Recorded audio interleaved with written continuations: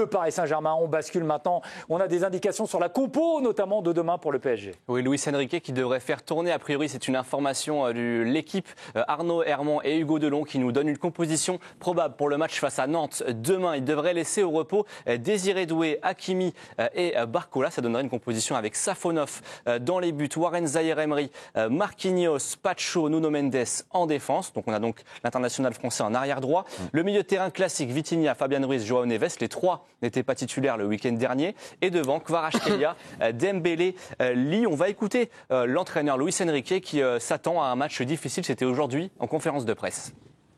Demain, ce sera un match difficile. Nantes sera très motivé vu leur situation au classement. C'est très difficile de jouer dans leur stade. Nous nous souvenons du match nul au match aller 1-1 ici. Le match de demain ne sera pas facile. Allez, le Paris Saint-Germain, donc match difficile, vous l'avez compris, face à Nantes. Il y aura aussi le match de Nice, ça fait 2 matchs pour préparer la Ligue des Champions. Est-ce que c'est une semaine pour vous piège ou une semaine idéale pour préparer Arsenal pour le Paris Saint-Germain? Montrez-moi vos ardoises. C'est piège ici, c'est idéal ici. Ni l'un ni l'autre.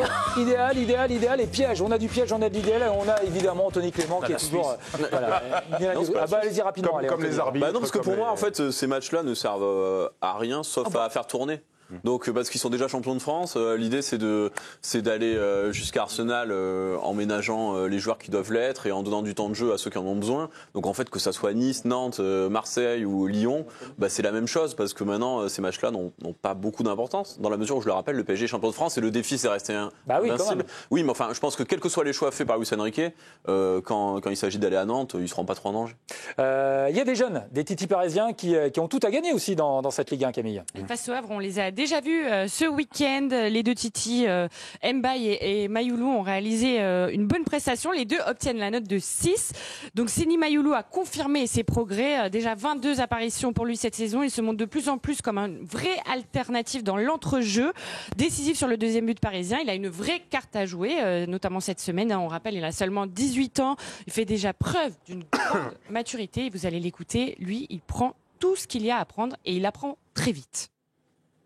Aux entraînements, on se donne tous à fond, peu importe, jeunes, grands, on se donne tous à fond et après c'est le coach qui fait ses choix. Moi j'essaye d'apprendre de tout le monde, j'observe tous les joueurs, attaquants, défenseurs, milieu, le comportement en dehors et sur le terrain et j'essaye de progresser au maximum.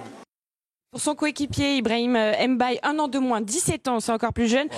Ses prestations jusqu'à maintenant laissaient un petit peu à désirer. Mais lui aussi, face au Havre, il a fait parler son talent après ses débordements, ses centres toujours très justes. Et aujourd'hui, en conférence de presse, Luis Enrique a avoué veiller sur ses deux petits protégés au micro de Paul Telliot.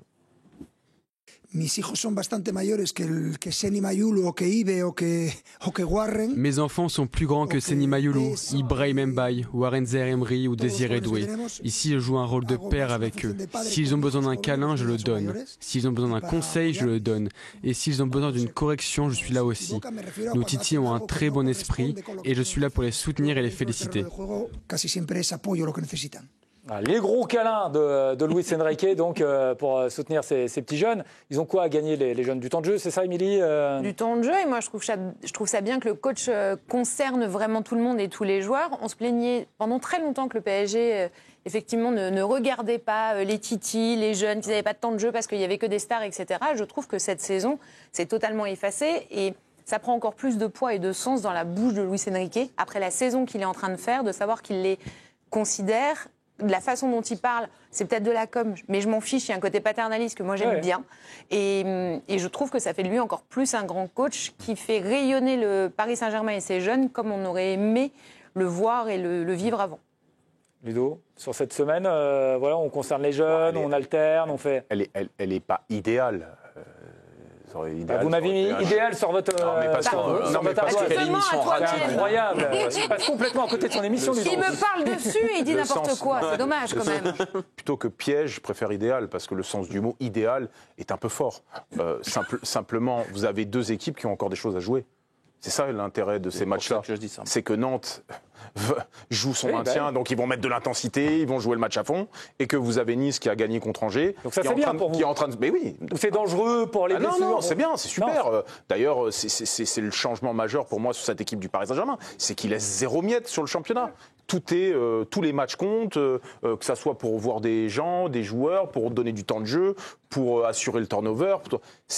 Tous les matchs ont eu un intérêt pour Luis Enrique. C'est le grand changement, pour moi, entre le Paris Saint-Germain d'avant et celui-là. C'est-à-dire qu'avant, ils jouaient 60% de la saison et on leur reprochait parfois d'arriver pas prêts sur la Ligue des Champions. Là, ils ne laissent rien sur le championnat et ils vont sûrement finir invaincus.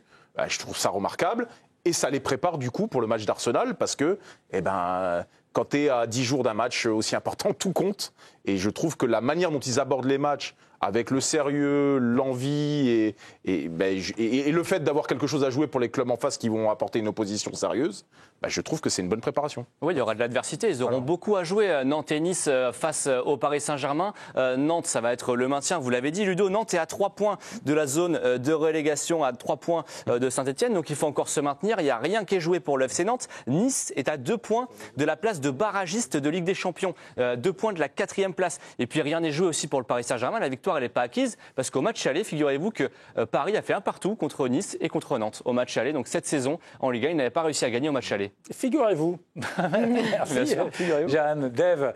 Cette semaine, alors Ludo nous dit que c'est la semaine parfaite, mais il y a quand même des risques aussi d'avoir des... Idéal, vous n'arrêtez pas, vous n'avez que ce mot-là à la bouche, Ludo, idéal. En tout cas, pas piège, enfin, on n'a pas bien compris. On n'a toujours pas compris, vraiment, ça vous avez très bien compris. Oui, qu'est-ce que vous dites? Mais il n'y a pas de danger quand même de blesser des joueurs on peut vous écouter et tous les mettre dans la ouate, etc. C'est le pire d'ailleurs pour préparer un match, justement, de se ouater comme ça et de se surprotéger. Il y a même eu des grandes équipes qui ont... Non, mais quand vous jouez des clubs comme Nantes et Nice, quand on a fait des grosses échéances, vous savez qu'à un moment donné, ça... Oui, bien sûr. Et qu'est-ce qui les attend contre Arsenal, vous pensez? Ça va être ça, x10, x100 peut-être même.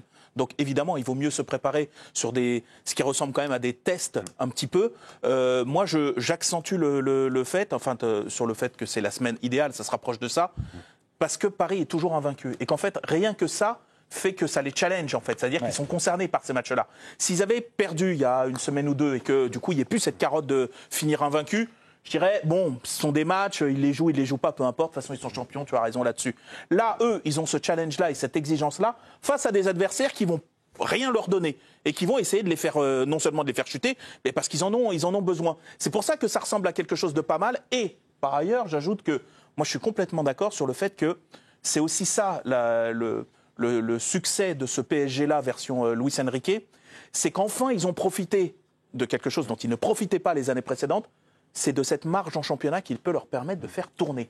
Donc non seulement tu développes des joueurs, mais tu permets de répartir aussi les temps de jeu, qui fait que tu arrives sans blesser. Ça, c'est quand même quasiment une première dans l'histoire du PSG. Ah oui. Et ça, il le fait depuis le début. Il le fait depuis le début parce qu'on s'interrogeait toujours sur les compos. Et qu'ils arrivent quand même dans un bon état de fraîcheur par rapport à d'autres clubs où on a vu que Liverpool était sur les genoux dès le mois de février. Ça, enfin, ils profitent. Après, Liverpool joue un autre championnat aussi, quoi. Ah ben ça, je suis d'accord. Allez,